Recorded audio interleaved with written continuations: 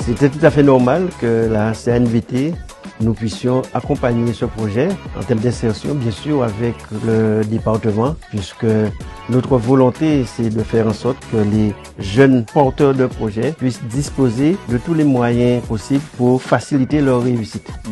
Des jeunes qui souhaitent créer des entreprises, ils ne veulent ni être fonctionnaires, ni être employés, mais ils ont cet esprit de création et il est évident qu'ils ne peuvent réussir sans accompagnement.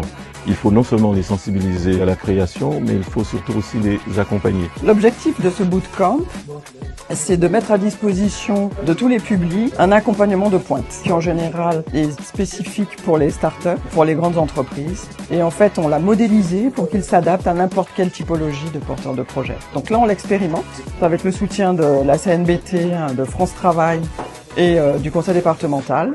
Et charge à nous de valider l'essai et de montrer que ces techniques-là, eh bien, elles fonctionnent pour tout le monde. Aujourd'hui, ils ont une volonté, une idée, mais il faut structurer tout cela pour que cela puisse se traduire en création d'entreprises et par la suite en entreprises performantes qui réussissent.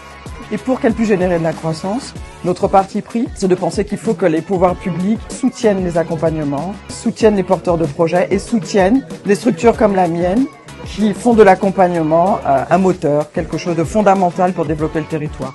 Et je pense que notre jeunesse, qui est souvent décriée, a besoin de croire en elle, mais a surtout besoin de croire en ce pays Guadeloupe et croire en nos territoires et singulièrement notre ville de Petit-Bourg et ce que nous pouvons offrir comme prestation.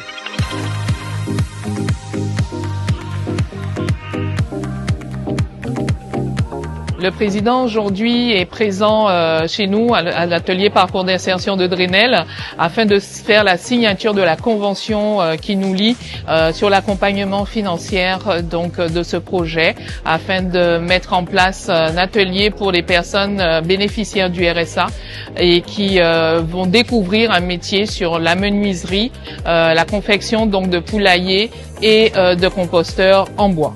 J'ai toujours voulu transmettre en fait quelque chose à la nouvelle génération qui arrive. Donc cet atelier, je l'ai monté il y a 2 ans de manière à répondre au marché et en même temps transmettre quelque chose à notre jeunesse. Donc ils vont vraiment toucher à ce matériau noble et puis reprendre plaisir à toucher ce matériau et créer chez certains donc des vocations et débloquer justement notre filière bois qui a besoin justement d'un bon coup de fouet pour se redynamiser. Il y a une forte demande pour les jeunes en termes de menuisiers, en termes de charpentiers, en termes de couvreurs, en termes d'étancheurs aussi. Ce sont des métiers où l'avenir est très propice parce que 70% voire 80% de nos constructions, c'est de la charpente et de la couverture. Donc c'est vraiment un métier où il y a énormément de boulot. Donc le territoire du Nord-Bastère qui s'affiche comme un territoire de haute qualité environnementale met tout en œuvre pour que chaque habitant soit en adéquation avec cela.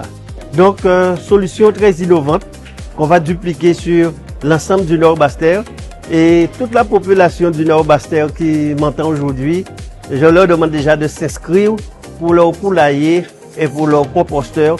Au fur et à mesure, on va les fabriquer et qui permettrait que chaque mouna n'utilise frais les matins et qui peut laisser pour la ponne, qui est pour 5. Et sur notre petit morceau, même avant de mettre carré, ou qui peut planter en tomate, qui peut planter en laitier, ou qui peut planter en carotte, et puis nous bio, nous écologiques, et nous dans la souveraineté alimentaire.